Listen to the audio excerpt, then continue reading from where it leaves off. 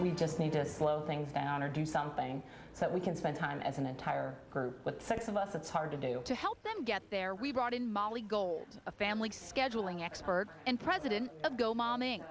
Gold says the Penningtons' biggest problem is pretty common. Families don't manage their family schedule the way either partner might manage a work schedule. And what that means is they react to the schedule instead of steer it. Gold sat down with Janine and Ray to outline strategies for taking back their weekend. I've noticed that in your house you have a wall calendar behind a pantry door, which means it's not a visible tool. We need that family calendar in a visible space so that all the members of the family are going to be able to take a look at it. Gold says the key is mom needs to step back and the kids need to step up.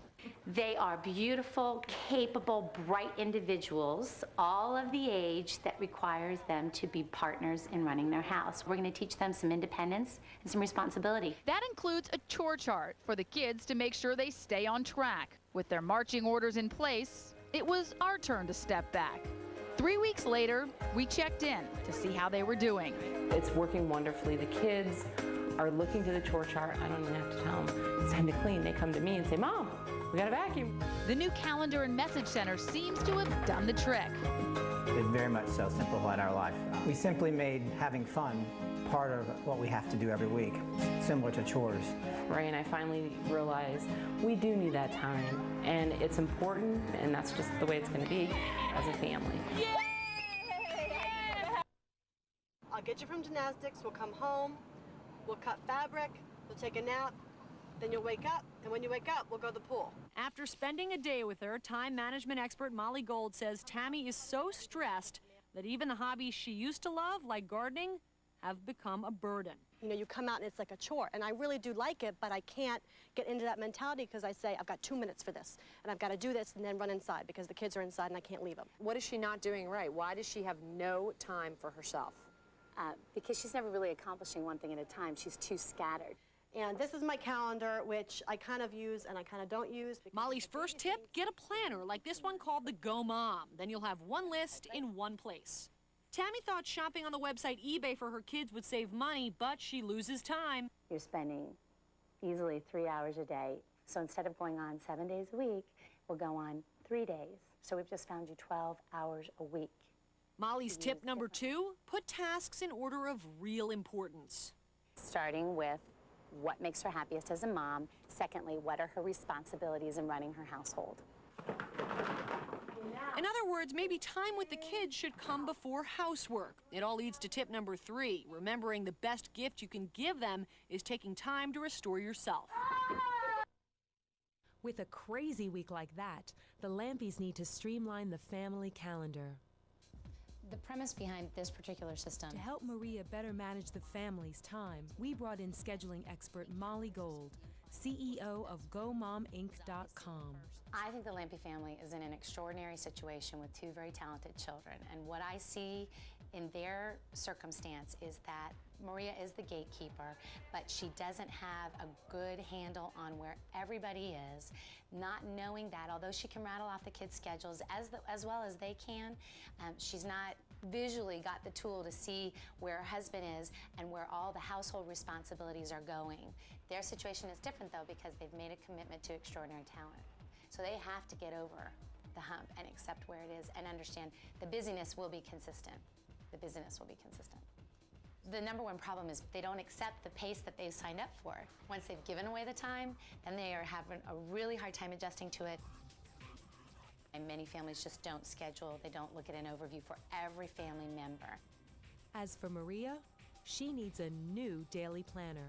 I mean, she needs to go back to, is my system working? She's got a lot of different things happening. That can cause stress. In talking with Maria, the biggest areas that she needs to work through are her standards for herself about what being a mother is, recognizing that the value in the sit-down dinner that needs to be home-cooked isn't about the cooking, the meal, it's about the connecting that happens between the family. So when she looks at the entire schedule, she'll see where there are pockets of time that she can find other opportunities for the connection. Just like when you have toddlers and they want to help you with the laundry and you let them ball up the socks or get their clothes into their drawers. Hey, it's not folded, but at least it's in the drawers. She's got to let go of some of the same stuff. The house doesn't need to be dusted every other day. Reorienting where the kids are involved in some of the household activity, rewarding them with allowance money, making it more relevant to things that matter to them, like food, basically having it. That's a great incentive, making the kids take their lunches. They're gonna have lunches because they've packed it. She has to be strong enough to say, I'm not gonna pack that lunch, and you're not gonna call me at work and go, Mommy, I forgot my lunch. Sorry, Pumpkin. They won't forget, you can guarantee it. Asking them to contribute to the environment, the family unit, just like when you're in a business. It's not about having a manager chip on your shoulder, but it's no different than needing that science of organization in place.